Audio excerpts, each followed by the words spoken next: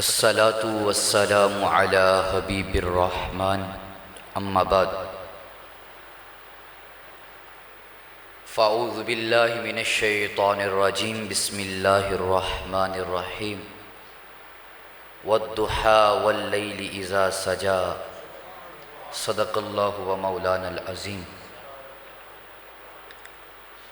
تمام حمد و ثنا خالق و مالک کائنات کے لیے، بعد الحمدی والثناء حضور ختمی المرتبت صلی اللہ علیہ وآلہ وسلم آپ کے حضور ناز میں اپنی عقیدتوں، ارادتوں اور محبتوں کا خراج پیش کرنے کے بعد، نہایت واجب الاحترام عالی مرتبت عظیم المرتبت علماء کرام، ذوی الاحتشام معزز و مکرم جملہ شرکائے مجلس ھذا، السلام علیکم ورحمۃ اللہ وبرکاتہ۔ حضرات، خیابان ہستی اجڑا ہوا تھا، روشیں ویراں تھیں اور آبجویں خشک تھیں، حسرت و یاس کے بادل تمام عالم کو اپنی لپیٹ میں لیے ہوئے تھے، اور یہ فضا نا امیدی اور قنوطیت سے لبریز تھی۔ ان نامساعد اور ناگفتہ بے حالات کے اندر عرب کا معاشرہ کہ جو بے اعتنائی اور بے التفاتی سے لبریز ہے، اس کے اندر حضرات ایک کونپل پھوٹتی ہے، تو وہ کونپل پھوٹتی ہے، اس کے پھوٹنے سے جو سرور، جو مسرت، جو بشاشت، جو خوشی ایک باپ کو محسوس ہونی چاہیے، وہاں پر محسوس نہیں ہوتی، بلکہ وہاں پر تو صف ماتم بچ جاتا ہے۔ قرآن نے ان کے بارے میں بیان کیا کہ ان کے چہرے سیاہ ہو جاتے ہیں اور وہ لوگوں سے چھپتے پھرتے ہیں، کہ جب شہزادی کی آمد ان کے گھر کے اندر ہوتی ہے تو وہ لوگوں سے چھپتے پھرتے ہیں، کہیں کسی کو پتہ نہ چل جائے ہمارے گھر کے اندر بیٹی پیدا ہوئی۔ فرتے غم کے اندر ان کے چہرے سیاہ ہو جاتے ہیں۔ قبیلہ بنو تمیم، بنو مضر اور بنو خزاعہ تو اپنی بیٹیوں کو درگور کر دیا کرتے تھے، یہاں تک حالات تھے۔ اس ماحول کے اندر، اس معاشرہ کے اندر، اس سماج کے اندر بیٹی کے ساتھ 5 طرح کے سلوک کیے جاتے تھے۔ ایک بیٹی کے ساتھ یہ سلوک کیا جاتا کہ اگر کسی سردار کے گھر بیٹی پیدا ہوئی ہے نا، وہ اسی وقت اس کا گلا گھونٹ کر اس کو مار ڈالتا، اور کوئی بھی اس ننھی سی کلی کی دل دوز پکاروں کے اوپر توجہ نہ دیتا۔ دوسرا سلوک یہ ہوتا کہ چلو قتل نہیں کیا، مگر بیوی کے ساتھ مار مار کر اس کو گھر سے ہی نکال دیتے تھے۔ تیسرا سلوک یہ کرتے تھے کہ اپنی بیوی سے کہتے تھے یہ گھر میں رہ سکتی ہے مگر ساری زندگی میری نگاہوں کے سامنے نہ آئے۔ چوتھا سلوک جو اپنی بیٹی کے ساتھ وہ کرتے تھے وہ یہ تھا کہ چلو اس کو قتل نہیں کرتے، زندہ چھوڑ دیتے ہیں، مگر وہ زندہ بھی اس طرح چھوڑتے تھے کہ مرنے کو جی چاہتا تھا، اس کو بوسیدہ لباس پہنا کر بکریاں چرانے کے لیے بھیج دیا جاتا تھا۔ سارا دن وہ بکریاں چراتی تھی، بکریاں چرا کر گھر آتی ہے تو گھر کے اندر بھی گھر میں سونے کی اجازت نہیں، جا کر جانوروں کے ساتھ سونا ہے۔ یہ سلوک ایک بیٹی کے ساتھ کیا جاتا تھا۔ کسی معاملہ کے اندر اس کو بولنے کی اجازت نہیں ہے، اگر بیٹے سے غلطی ہوئی ہے تو اس کی سزا بھی بیٹی کو ملنی ہے۔ کوئی مرد نے گناہ کیا ہے تو اس کا جرمانہ عورت ادا کرے گی۔ کوئی غلطی مرد کرتا ہے، مرد کی طرف سے کوئی غلط حرکت ہوتی ہے تو وہ سزا عورت پاتی ہے۔ یہ ماحول ہے عرب کا۔ اور 5واں سلوک جو ایک بیٹی کے ساتھ کیا جاتا ہے، اللہ اکبر، باپ جنگل میں جاتا ہے، جنگل میں جا کر ایک گہرا گڑھا کھودتا ہے، گڑھا کھودتا ہے، کھود کر گھر واپس آتا ہے، آ کر بیوی کو کہتا ہے ذرا اس کو غسل دے کر اچھے کپڑے تو پہناؤ۔ ماں تیار کرتی ہے، تیار کر کے باپ کے ساتھ بھیج دیتی ہے۔ وہ ننھی سی کلی جو ابھی تقریباً 4 سال کی ہے، ابھی تو اس نے دنیا کی رنگینیوں میں سے ایک رنگ بھی نہیں دیکھا تھا، باپ کے ساتھ جا رہی ہوتی ہے۔ وہ گہرا کنواں، وہ گہرا گڑھا جو اس باپ نے کھودا تھا، اس جابر نے، اس ظالم نے، اس کے کنارے پر لا کر بیٹی کو کہتا ہے بیٹی اندر تو جھانک۔ وہ ننھی سی کونپل جو ابھی اپنے باغ کے چمن کے اندر کھلی تھی اس میں جھانکتی ہے، اور یہ جابر پیچھے سے دھکا دے دیتا ہے، اس میں جا گرتی ہے، اور یہ ظالم، یہ جابر بربریت سے بھرا ہوا مٹی اٹھا کر اپنی بیٹی پر ڈالنا شروع کر دیتا ہے۔ وہ نیچے سے دل سوز آواز میں ابا ابا کہہ کر پکارتی ہے، مگر اس ظالم کا دل ہے کہ پتھر سے بھی پانی نکل آتے ہیں، مگر اس ظالم کا دل ہے کہ پگھلتا ہی نہیں، اتنا بے رحم ہو گیا ہے کہ منو مٹی کے نیچے اس کی دل سوز آواز کو بجھا دیتا ہے، آواز بند کر کے رکھ دیتا ہے۔ یہ عرب کا ماحول ہے میرے ساتھیوں، اس طرح بیٹیوں کے ساتھ سلوک ہوتا ہے۔ اس نامساعد حالات میں، ناگفتہ حالات کے اندر جب کوئی کسی کا مددگار نہیں ہے تو فاراں کی چوٹیوں سے ایک کرن پھوٹتی ہے میرے بھائیوں۔ میں کہوں گا فقط بیٹی کو ہی عزت نہیں ملی، ماں کو ہی شوکت نہیں ملی، بلکہ انسانیت کو وقار بخشا ہے تو محمد عربی نے بخشا۔ حضرات حضور تشریف لاتے ہیں تو حضور نے امت کی تبلیغ کی، امت کی اصلاح فرمائی۔ حضور نے فرمایا کہ جو بندہ اپنی بیٹی کو درگور نہ کرے، اس کو ذلیل نہ سمجھے اور بیٹے کی بات کو اس کے اوپر ترجیح نہ دے، اللہ قیامت کے دن اس کو جنت عطا فرمائے گا۔ حضور نے فرمایا جس کی 2 بیٹیاں ہیں، اگر وہ ان کی پرورش کرے، اچھے طریقے سے ان کو پالے، تو پھر قیامت کے دن ہوگا۔ حضور نے فرمایا جب وہ قیامت کے دن آئے گا نا، حضور نے اپنی انگلیوں کو جوڑ کر فرمایا قیامت کے دن اس طرح وہ میرے ساتھ ہوگا۔ آج ہم بڑا عشق نبی کا دعویٰ کر کے تڑپتے ہیں، کل قیامت کو حضور کی قربت کا شرف ملے۔ میرے نبی نے خود ہی مجدہ جاں فضا سنا دیا، اگر قیامت کے دن میری قربت چاہتے ہو تو جس کی 2 بیٹیاں ہیں ان کی بہترین طریقہ سے پرورش کر لو، قیامت کے دن وہ میرا قرب پالے گا۔ اچھا جس کی 2 بیٹیاں ہیں، اب جس کی 1 بیٹی ہے وہ کیا کرے؟ تو حضور علیہ الصلوۃ والسلام نے فرمایا جس کی 1 بیٹی ہے، اگر اس کی بہترین طریقہ سے پرورش کرے، اس کو جو رب نے انعامات دیے ہیں اپنی بیٹی تک پہنچائے، تو وہ بیٹی قیامت کے دن آتش جہنم کے سامنے اس کا پردہ بن کے کھڑی ہو جائے گی۔ یہ بیٹی کی عظمت رب تعالیٰ کے حبیب نے اس امت کو سکھائی۔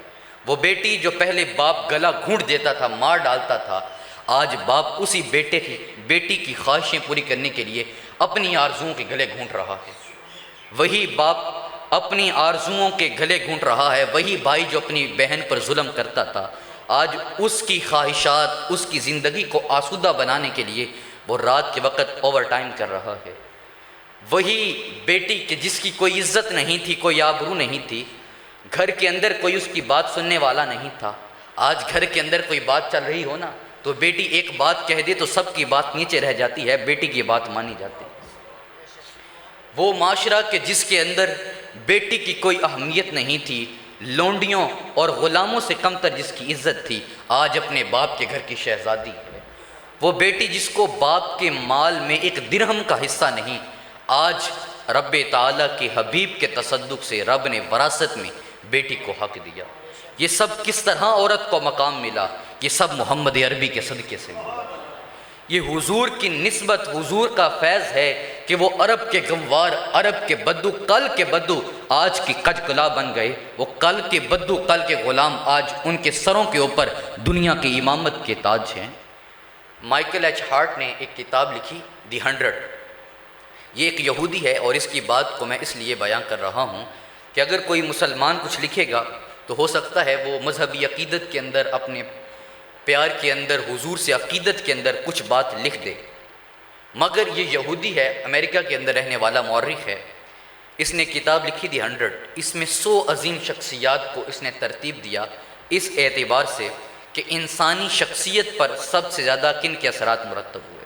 اس کے اندر اس نے پہلا نمبر میرے حضور کی بارگاہ کے اندر ہدیہ کیا۔ اب اس نے یہ ساری بات لکھی، میں اس سے تھوڑی بات آگے لے کے جانے سے پہلے ایک بات لکھتا ہوں کہ اس نے جب اپنا ٹائٹل شروع کیا نا، فرسٹ چیپٹر محمد صلی اللہ علیہ وآلہ وسلم نام سے اس نے چیپٹر شروع کیا، اس میں پہلی بات یہی لکھی اس نے کہا کہ لوگ مجھ پر اعتراض کریں گے کہ میں نے ان کو پہلا نمبر دے دیا. میں کہتا ہوں کوئی ان جیسا ہے تو لا کر دکھاؤ نا پھر مجھے، جو مذہبی میدان میں بھی کامیاب و کامران ہو اور سماجی اعتبار سے بھی کامیاب و کامران ہو. تو مائیکل ایچ ہارٹ آگے جا کے لکھتا ہے کہ دنیا میں جتنے بھی واقعات ہوئے وہ سب ناگزیر تھے، جتنی بھی تحریکیں اٹھی وہ ناگزیر تھی. اگر ان کے رہنما نہ بھی ہوتے تو وہ سیاسی تحریکیں، وہ سماجی تحریکیں کامیاب ہوتی. اگر الیگزینڈر گریٹ نہ بھی ہوتا تو پھر بھی میسیڈونیا کی جو امپائر تھی وہ اپنی سرحدوں کو پھیلا سکتی تھی. ضروری نہیں کہ دی گریٹ الیگزینڈر ہوتا پھر ہی اس نے جا کر سرحدوں کو بڑھانا تھا. مگر دنیا کے اندر جتنے واقعات ہوئے ان کے رہنما نہ بھی ہوتے وہ واقعات ہو سکتے تھے. مگر عرب کی جو انقلاب ہے، عرب کا انقلاب ہے، اگر محمد نہ ہوتے تو عرب کے یہ بدو آج زمانے کے امام نہ ہوتے. یہ کسی مسلمان نے بات نہیں کی، ایک یہودی مورخ نے بات کی ہے کہ اگر حضور کی ذات عرب کے اندر نہ آتی تو عرب کے یہ بدو کبھی زمانے کی سربراہی کا تاج اپنے سر پر نہ پہن سکتے تھے. تو حضور علیہ الصلاۃ والسلام نے انسانیت کو وقار بخشا. حضور نے بیٹی کی صورت میں محبت کر کے دکھایا، فرمایا فاطمہ میرے جگر کا ٹکڑا ہے. بہن آئی تو اس کی صورت میں، ماں کی صورت میں. طبقات الکبریٰ میں امام ابن سعد نقل کرتے ہیں کہ استاذنت امرات علی النبی صلی اللہ علیہ وآلہ وسلم، ایک عورت نے حضور کی بارگاہ کے اندر حاضر ہونے کی اجازت طلب کی. حضور نے اجازت مرحمت فرمائی. جب وہ عورت حاضر ہوئی تو حضور علیہ الصلاۃ والسلام نے فرمایا امی امی وعمد الی ردائہ. حضور فرمایا میری ماں، اور چادر بچھا دی. اس خاتون کو وہاں پر بٹھایا. صحابہ کہتے ہیں وہ بلا عورت کون تھی؟ کانت تردئہ، وہ حضور کو دودھ پلانے والی حلیمہ سعدیہ تھی. حضور نے عمل کر کے امت کو بتایا کس طرح ماں کے ساتھ سلوک کرنا ہے. حضور نے ماں کے جو قدموں سے نیچے اس کا تعلق تھا، جس کی کوئی اہمیت نہیں تھی، رب نے جنت کو اٹھا کر ماں کے قدموں کے نیچے رکھ دیا. اقبال علیہ رحمہ فرماتے ہیں مقصود حرف کن فقاں، مقصود حرف کن فقاں، زیر پائے امہات آمد جنا. کہ حرف کن فقاں کے مقصود نے یہ بات ہمیں بتائی ہے کہ جنت ماں کے قدموں تلے ہے. حضور نے جنت کو اٹھا کر ماں کے قدموں تلے رکھ دیا ہے. حضور نے ماؤں کو وقار دیا، عزت دی، شان دی، عورت کو عزت دی. آج اگر بات کی جائے کہ اسلام عورتوں کے حقوق کو روکتا ہے تو اس شخص کی عقل پر ماتم اور افسوس ہی کیا جا سکتا ہے کہ انسانیت کے اندر عورت کو حقوق دینے والا ہے ہی اسلام. ہم جو لوگ عرب کی جو مغرب کی تہذیب سے مرعوب و مغلوب آج کی یوتھ ہے، میں ان کو آسٹریلیا کے اندر یا یورپ کے کیچڑ کی طرف یا بغداد جب رؤوس البلاد تھا اس وقت کی کہانی کی طرف نہیں لے کے جاتا. ابھی 2020 کے اندر کووڈ-19 آیا تھا. تو کووڈ-19 کے اندر آپ بی بی سی نیوز کھول لیں یا ان کی ہے دی نیو یارک ٹائم یا غالباً جیو نیوز کے اندر بھی یہ خبر آئی تھی کہ جب کووڈ-19 آیا تھا 2020 کے اندر، تو اس کے اندر ایک افواہ اڑی تھی، یورپ کے اندر ایک افواہ اڑی تھی کہ جو کرونا وائرس ہے یہ 5G ٹاور سے پھیل رہا ہے. نیٹ ورک ٹاور ہے نا، ان سے کرونا وائرس پھیل رہا ہے. تو رات کو یہ خبر آتی ہے، صبح تقریباً 80 ٹاور جلا دیے جاتے ہیں. کوئی پروف نہیں کیا گیا کہ کہاں سے خبر آئی، بس ایک افواہ اڑی اور انہوں نے 80 سے زیادہ ٹاور جلا کر رکھ دیے. جبکہ دین اسلام ہمیں کیا تبلیغ دیتا ہے؟ حضور نے فرمایا کسی کے جھوٹے ہونے کے لیے یہی کافی ہے کہ وہ ہر سنی بات کو آگے پھیلا دے.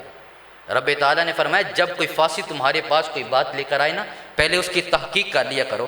آج ہم اس یورپ سے مرعوب ہوتے ہیں، اس سے مرعوب ہوتے ہیں کہ ہم نے اصل وجہ مرعوب ہونے کی یہ ہے کہ ہم نے اسوہ محمدی کو چھوڑ دیا ہے. حضور نے کس طرح بیٹیوں کو عزت دی. جب قبیلہ طے کے اوپر حملہ ہوا، یہ حاتم طائی کا قبیلہ تھا، تو وہاں حاتم طائی کی بیٹی قیدی بن کر حضور کی بارگاہ میں حاضر ہوتی ہے. اقبال علیہ رحمہ اس سارے واقعہ کو بیان کرتے ہیں. وہ بیٹی حضور کی بارگاہ میں حاضر ہوتی ہے اور اس کے سر سے پردہ اٹھ گیا ہوتا ہے. اب وہ شرم و حیا کی وجہ سے اپنی گردن کو جھکا کے بیٹھی ہوتی ہے یا جس طرح بھی کیفیت تھی. حضور اٹھتے ہیں، اپنی چادر اٹھا کر اس بیٹی کے سر پر رکھ دیتے ہیں. حضور نے کافروں کی بیٹی سے بھی حسن سلوک کا ہمیں حکم دیا، چہ جائے کہ مسلمانوں کی بیٹیوں سے. یہاں میں رکتا ہوں. اقبال نے اس سے آگے ایک بات کہی اور وہ بڑی دل سوز بات ہے، جگر ایک دفعہ ہل جاتا ہے کہ اقبال نے کہا یا رسول اللہ آپ تو غیروں کی بیٹیوں کے سروں پر ردائے رکھنے والے ہیں، ماں از آں خاتون طیب اور یاں تریم، یا رسول اللہ دیکھیے آج امت قبیلہ طے کی خاتون سے زیادہ بے پردہ ہو گئی ہے۔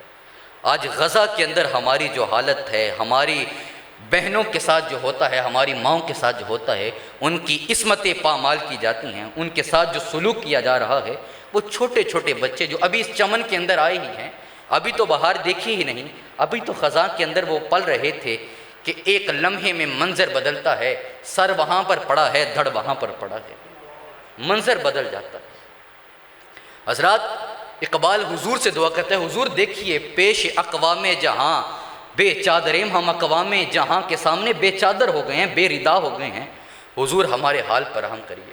اور میں یہاں پر آپ کو اتنا سا کہوں گا کہ اگر کچھ نہیں ہو سکتا، آپ کچھ نہیں کر سکتے، فقط اتنا ضرور کریں کہ معمول بنائیں کہ 5 گانا نماز کے بعد اپنے فلسطینی بھائیوں کے لیے دعا ضرور کریں کہ اللہ تعالیٰ ان کی مدد، نصرت اور اعانت فرمائے۔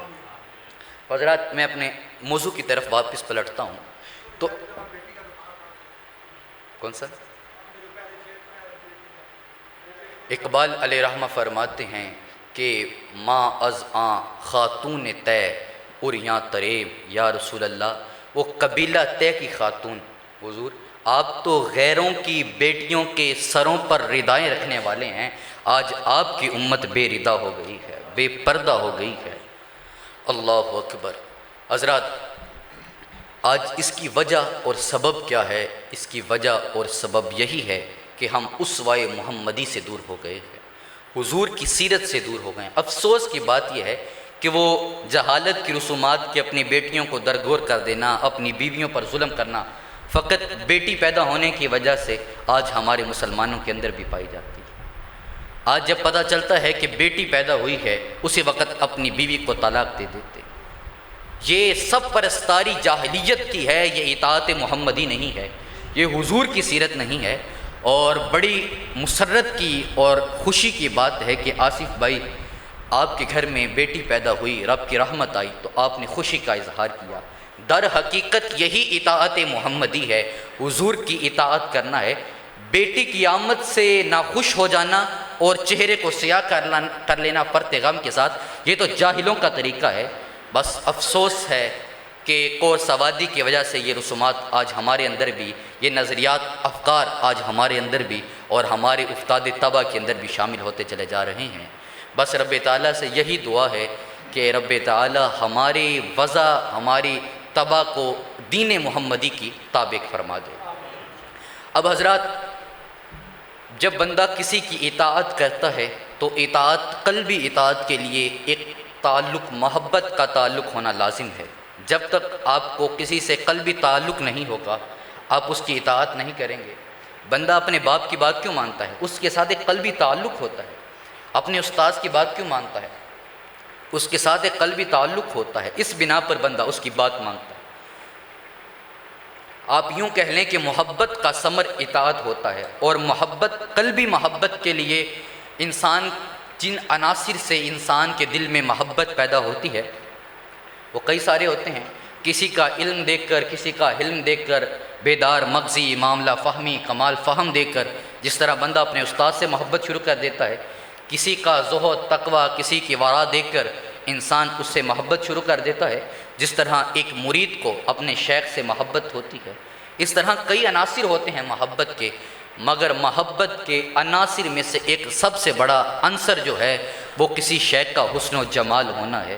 تو آج اسی پر وقت کے دامن میں تو اتنی وسعت نہیں تھا، مہید باندھتے باندھتے تقریباً 20 منٹ ہو گئے۔ میں اپنی گفتگو کو آخر پہ حسن و جمال پہ بات کو ختم کرتا ہوں۔ میرے نبی کا حسن دیکھیے، میرے نبی کا جمال دیکھیے۔ رب نے میرے محبوب کے ظاہر و باطن کو وہ حسن دیا، وہ جمال دیا، وہ دل فریبی دی، وہ رعنائی دی، وہ جاذبیت دی، وہ کشش دی، وہ دیدہ زیبی دی کہ حضرت یوسف علیہ السلام کا حسن بھی میرے محبوب کے حسن کے سامنے ایک جز کی مانند ہے۔ امام جلال الدین سیوطی علیہ رحمہ الخصائص الکبریٰ کے اندر ایک روایت نقل کرتے ہیں، قال ابو نعیم اوتیا یوسف من الحسن ما فوق به الانبیاء والمرسلین بل خلق اجمعین۔ حضرت یوسف علیہ السلام کو تمام انبیاء و مرسلین بلکہ تمام مخلوق سے زیادہ حسن دیا گیا۔ وَأُوتِيَ نَبِيُّنَا مِنَ الْجَمَالِ مگر میرے نبی کو جو جمال دیا گیا وہ کسی کا مقسوم نہ ٹھہرا۔ وَلَمْ يُؤْتَ يُوسُفُ إِلَّا شَطْرَ الْحُسْنِ وَأُوتِيَ نَبِيُّنَا جَمِيعَهُ حضرت یوسف علیہ السلام کو حسن کا ایک جز عطا کیا گیا، میرے نبی کو حسن کل عطا کیا گیا۔ حسن یوسف دم عیسیٰ ید بیزداری آنچ خوبا ہما دار تو تنہا داری۔ تو ہجے میرا یار نہیں ڈٹھا جنوں ویک کے چن شرماوے، ادی راتی دن چڑھ جاوے جیو مخت نقاب اٹھاوے، جیو نکلے سیر کرنو سارا گلشن سیس نواوے، جیو ہاتھ پھلاں وچ رکھدا ہاتھ پھلاں تو ود جاوے، نین نشیلے مست رسیلے وچ سونا کجل سہاوے، اکھ اگڑے تے انج پیا جاوے کہ میں کھانا کھل جاوے، توبہ توبہ حسن سجن دا اتے چال نہ چلی جاوے، بجلی ڈر دی لشک نہ مارے متا بے ادبی ہو جاوے، کیے جاز نظر وچ او دی جو آوے وک جاوے، خلق اودے نے مولی دنیا کوئی ورلائی جان بچاوے، آزم ایڈا سونا ماہی سانو کدرے نظر نہ آوے۔ نعرہ تکبیر، نعرہ رسالت، نعرہ حیدری، نعرہ تحقیق، سیدی مرشدی، سیدی مرشدی۔ شاہ ولی اللہ آپ کے والد شاہ عبد الرحیم آپ نے ایک کتاب تصنیف فرمائی الدار الثمین فی مبشرات النبی الامین، اس کا غالباً مارکیٹ کے اندر اردو ترجمہ بھی آ گیا ہے۔ تو انہوں نے یہ کتاب تصنیف فرمائی، حضور کو جو خواب میں دیکھا اور حضور سے جو سخن آرائی کی، حضور نے جو ارشاد فرمایا اس کو ایک کتابی شکل میں نقل کر لیا۔ آپ کہتے ہیں میں نے حضور سے پوچھا، حضور حضرت یوسف علیہ السلام کے حسن پر مصر کی عورتوں نے اپنی انگلیاں کاٹ لی تھی، آپ کے بارے میں کوئی ایسا واقعہ نہیں ملتا۔ تو حضور نے فرمایا جمالی مستور عن اعین الناس غیرۃ من اللہ، رب نے اپنی غیرت کی وجہ سے میرے حسن کو چھپائے رکھا تھا، خدا کی غیرت نے ڈال رکھے ہیں تجھ پہ 70,000 پردے، جہاں میں لاکھوں ہی طور بنتے جو ایک بھی اٹھتا حجاب تیرا۔ بریلی سے میرے امام بولے حسن یوسف پہ کٹی مصر میں انگشت زنا، سر کٹاتے ہیں تیرے نام پہ مردان عرب۔ ذرا شعر کا حسن دیکھیے، وہاں مصر ہے یہاں پر عرب ہے، وہاں پر عورتیں ہیں یہاں پر مرد ہیں، وہاں پر کٹی ماضی کے اندر عمل ہوا دوبارہ دہرایا نہیں گیا، یہاں کٹاتے ہیں استمرار ہے، 1400 سال ہو گئے آج بھی آقا کے نام پر گردنیں کٹوائی جاتی ہیں۔ وہاں پر کٹی عدم قصد تھا، عدم ارادہ تھا، خود نہیں کاٹی، حسن کو دیکھ کر حواس باختہ ہو گئی، بے دہانی میں انگلیاں کاٹ لی، مگر یہاں پر آقا کے نام پر گردن کٹوانا، ارے صاحب یہ تو سعادت سمجھی جاتی ہے۔ عبدالستار خان نیازی صاحب آپ کو تحریک ختم نبوت کے دوران گرفتار کر دیا گیا، آپ پابند سلاسل ہو گئے۔ تو آپ جب پابند سلاسل تھے تو آپ کے پاس موت کا پیام لایا گیا، you will be hang by neck till you are dead, آپ کو موت کے پھندے پھانسی کے پھندے پر لٹکایا جائے گا۔ آپ نے وہ پیام پکڑا، چوم کر آنکھوں سے لگا لیا۔ داروغہ بڑا حیران ہوا کہ یہ پیام آتا ہے، موت کا پیغام آتا ہے، بڑے بڑے سورماؤں کے پتے پانی ہو جاتے ہیں، مگر یہ حضرت ہیں کہ چوم کر آنکھوں سے لگا رہے ہیں۔ عبدالستار خان نیازی صاحب فرماتے ہیں Is that all? I was prepared to take more that. If I would have got 100,000 lives, I would lay down those for the case of Holy Prophet Muhammad صلی اللہ علیہ وآلہ وسلم۔ ارے تم ایک جان کی بات کرتے ہو، اگر سادے سے انداز میں کہوں تو انہوں نے کہا بیبا اتنی محنت حضور کے نام پہ مرنے کے لیے تو کی ہے، ایک جان کیا ہے، لاکھوں جانیں ہوتی حضور کے نام پر قربان کر دیتے۔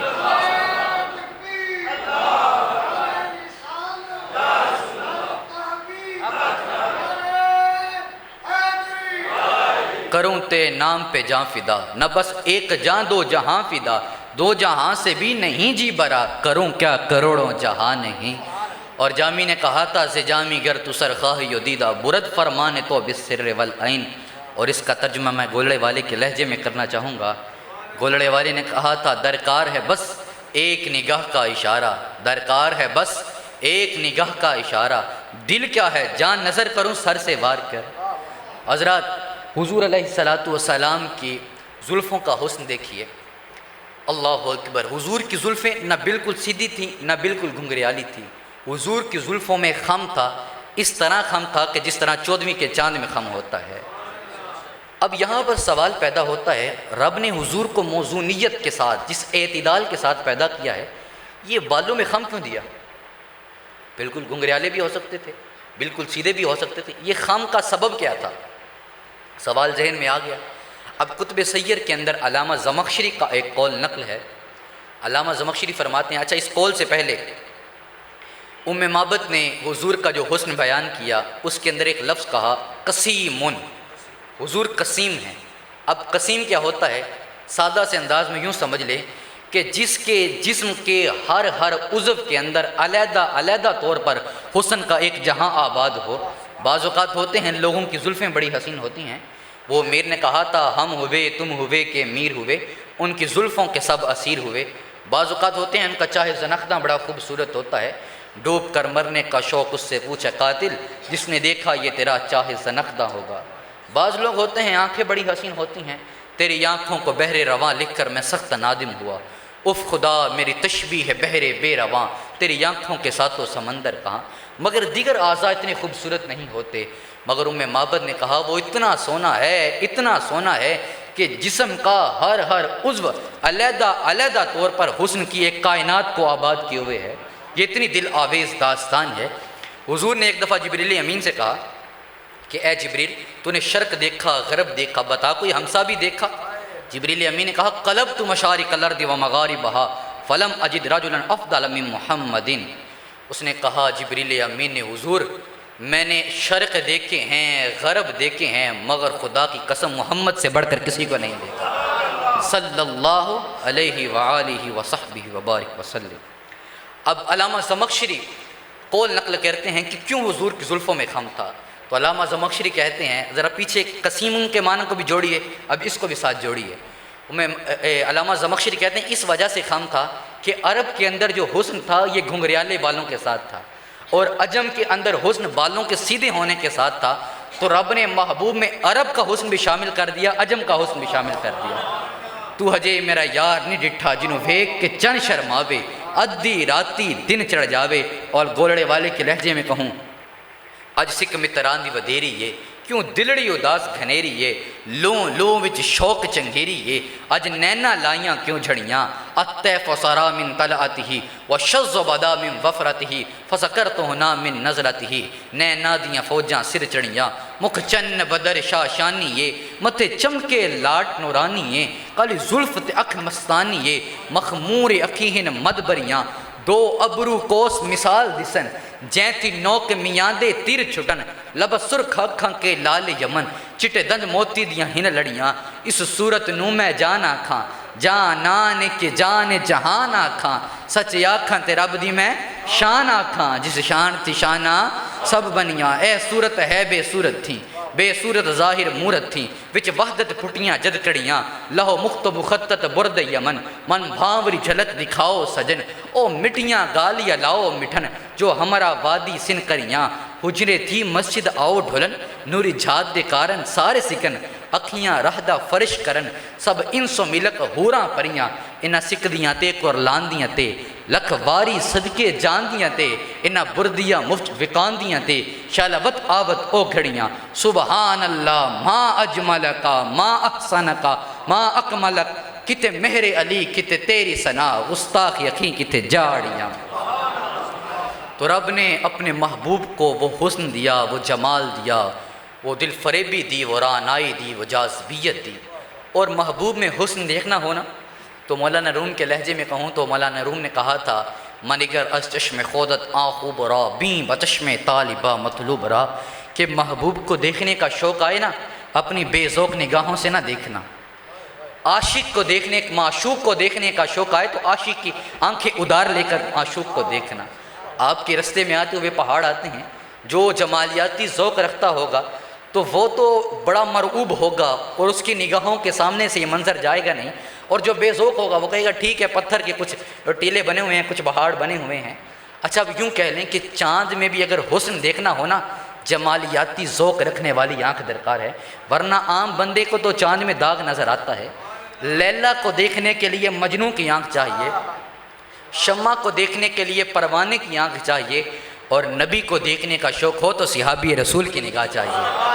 جب عاشق کی نگاہوں سے محبوب کو دیکھو گے تو پھر کہو گے تو ہجے میرا یار نہیں ڈٹھا، انہوں ہستی دا عنوان آکھاں رب سچے دی برہان آکھاں یا اکھیاں دا قرآن آکھاں اس صورت نو میں جان آکھاں جان نانے کے جہان آکھاں سچے آکھاں تے رب دی میں شان آکھاں جس شان تے شانہ سب بنیاں۔ اور یہاں پر سارے حسن کو بیان کرنا تو کوئی بھی قادر نہیں، 1400 سال ہو گئے لوگ بیان کرتے رہے، مگر آخر پر اتنی سی بات کہی کہ غالب نے کہا تھا غالب ثنائے خواجہ بیزداں گزاشت تیم کہاں ذات پاک مرتبہ دان محمد است۔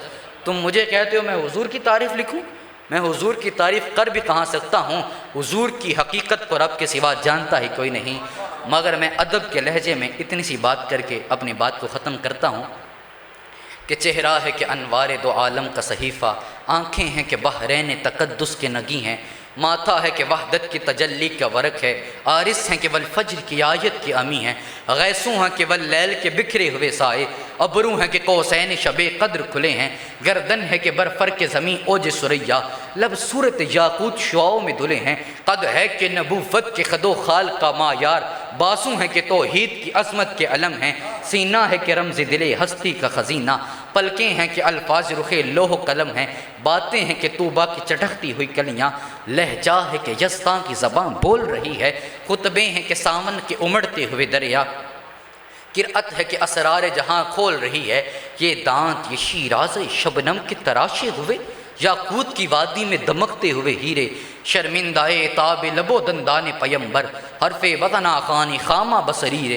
یہ موج تبسم ہے کہ رنگوں کی دھنک ہے، یہ عکس متانت ہے کہ ٹھہرا ہوا موسم، یہ شکر کے سجدے ہیں کہ آیات کی تنزیل، یہ آنکھ میں آنسوں ہے کہ الہام کی رم جم، کہنے کو تو ملبوس بشر اوڑھ کر آیا پر تیرے احکام فلک پر بھی چلے ہیں، کہنے کو تو تیرے سر پہ ہے دستار یتیمی پر تو زمانے کے یتیموں کا سہارا، یہ ہاتھ یہ کونین کی تقدیر کے اوراق، یہ خط یہ خد و خال رخ مصحف و انجیل، یہ پاؤں یہ مہتاب کی کرنوں کے معابد، یہ نقش قدم وہ سگہ رف رف جبریل، یہ دوش پہ چادر ہے کہ بخشش کی گھٹا ہے، یہ مہر نبوت ہے کہ نقش دل مہتاب، رخسار کی زو ہے کہ نمو صبح ازل کی، آنکھوں کی ملاحت ہے کہ روئے شب کم خواب، رفتار میں افلاک کی گردش کا تصور، کردار میں شامل بنی ہاشم کی انا ہے، گفتار میں قرآن کی صداقت کا تیقن، معیار میں گردوں کی بلندی کا فپا ہے، وہ فقر کے خود عقل بشر سر بگریباں، وہ فقر کے ٹھوکر میں ہے دنیا کی بلندی، وہ شکر کے خالق بھی تیرے شکر کا ممنون،